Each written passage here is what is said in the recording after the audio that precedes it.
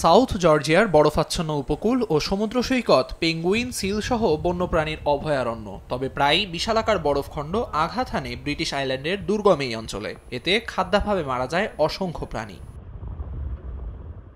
তবে এবার অঞ্চলটিতে আঘাত হানতে যাচ্ছে বিশ্বের বৃহত্তম হিমশৈল। A23A নামের এই বরফখণ্ডটি বিশ্বের অন্যতম পুরনো হিমশৈল। 1986 সালে অ্যান্টার্কটিকার ফিলসনার আইস শেলফ থেকে ভেঙে 3900 বর্গ কিলোমিটারের বিশাল এই হিমশৈল সৃষ্টি হয়। দীর্ঘদিন সমুদ্রতলে আটকে থেকে গত ডিসেম্বরে এটি মুক্ত হয়ে ভাসতে শুরু করে অ্যান্টার্কটিকার বুকে।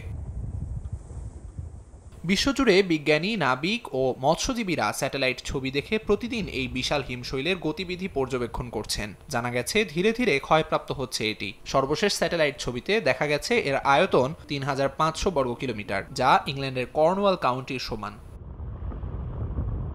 বর্তমানে এটি উপকূল থেকে 280 কিলোমিটার দূরে রয়েছে। বিশেষজ্ঞরা বলছেন এটি আঘাত হানলে ক্ষতিগ্রস্ত হতে পারে বিশাল এই অঞ্চলের প্রাণী বৈচিত্র্য। এমনকি ভেঙে গিয়ে বিশাল বরফের টুকরায় পরিণত হয়ে সাউথ জর্জিয়ার পাশে ভেসে বেড়াতে পারে কয়েক বছর ধরে।